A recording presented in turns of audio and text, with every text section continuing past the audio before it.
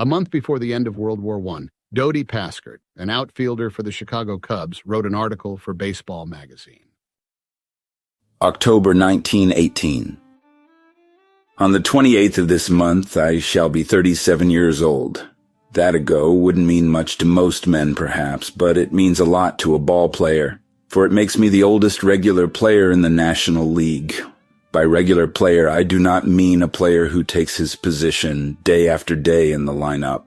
Mike Doolin does that in Brooklyn, and I believe Mike is older than I.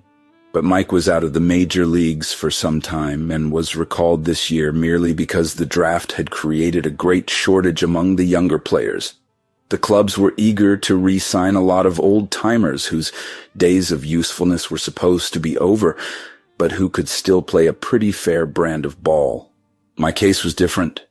I have been in the major leagues for 12 consecutive years. I began the season as the oldest player on the circuit, and though a few veterans may have crept in since that date, I believe I am entitled to consider myself the oldest regular player in my league.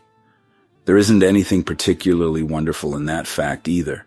If I was the oldest player in the league and nothing else, I might perhaps be only the luckiest player, lucky because I had succeeded in hanging on a little longer than the rest. But mere age doesn't tell all the story, for I consider that my season this year has been perhaps the best I ever had. They say baseball is a game for young men, and I suppose it is. How then do I account for my own success at an age when most players have said goodbye to bat and glove forever? I have thought about this thing a good deal of late, and I explain it at least to my satisfaction on two distinct grounds. First, and perhaps the more important of the two, is experience. The older a player grows, the more he learns. This added knowledge offsets the fact that he is slowing up a little, can't quite cover the ground he once could, or beat out the infield hit as well as he used to do. Believe me, if a man could stick in this game until he was 50 or 60 years old and still be anywhere near as fast as he was at 25, he would be some player. There is seldom a game that goes by that I do not learn something that is bound to be useful to me sooner or later. No doubt every player does. But I wouldn't suppose Paskert is the oldest regular in the National League, or that I would completely change my system of play at my time of life. Yet that is precisely what I did this spring. I'm not naturally a 300 hitter, though I have batted that strong 2 or 3 times. This year I started at a gait far above any I ever took before, and I am still a bit over the 300 mark. How did I do this? I changed my style of batting. Heretofore I have generally choked pretty well up the bat, and usually I have hit into left field. This year, I was determined to try another tack, so I practiced holding the bat by the handle and taking a much longer swing. I wouldn't suppose that this style would be as good for a player like myself, such as my old style, but results are what shows, and I've been very successful so far. I not only hit the ball harder, but I now frequently hit into right field, where the fielders are not able to play my hits as well as they used to do. In fact, I believe my hitting this year has been better than it ever was before. Experience, then, is one of the reasons why I have been able to put up a good game for Chicago. But there is another reason almost equally important. That reason is the fact that I thoroughly like baseball. To my mind, a man cannot be a genuine success at anything unless he really likes it. I know in my younger years, I had an excellent opportunity to become a mechanic. I did work at the trade until I mastered it pretty well, but I cannot say that I ever got it, so I really liked it. I was playing baseball at the time in a semi-pro way and got quite enthusiastic over the sport. I picked up a few dollars, saw the possibilities in the game, and was determined to become a real professional. For I came to the conclusion that it was better to be a ball player with my heart really in my work than to be second-rate mechanic without any genuine interest in the job.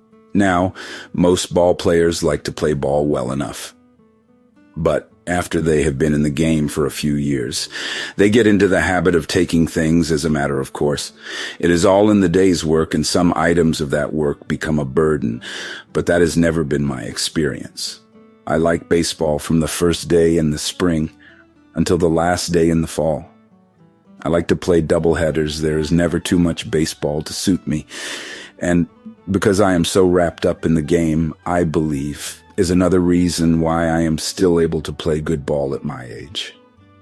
I earnestly hope nothing happens to prevent us from taking part in the World Series this fall. I have been in but one series, which isn't by any means enough to satisfy me.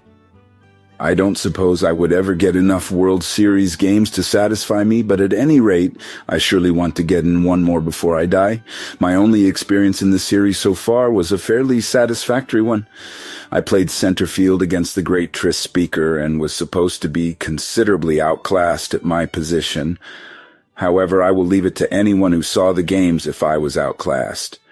True, we lost the series, which was disappointing enough. But we didn't lose it because of any margin which Speaker showed over me in the outfield or at the bat. Oddly enough, I shall face the same team this fall, but it is the same team in name rather than fact. Speaker won't be in the lineup against us, nor will most of the other men who faced us then. They are a good club, the Red Sox. They must be to win a pennant in their own circuit. But we will give them a battle. You can gamble on that. I have a son some 14 years old whom I hope to train into a professional ball player someday. The kid is willing enough and likes the game. I used to have him out in the field catching flies at Philadelphia in batting practice. He was pretty good at it.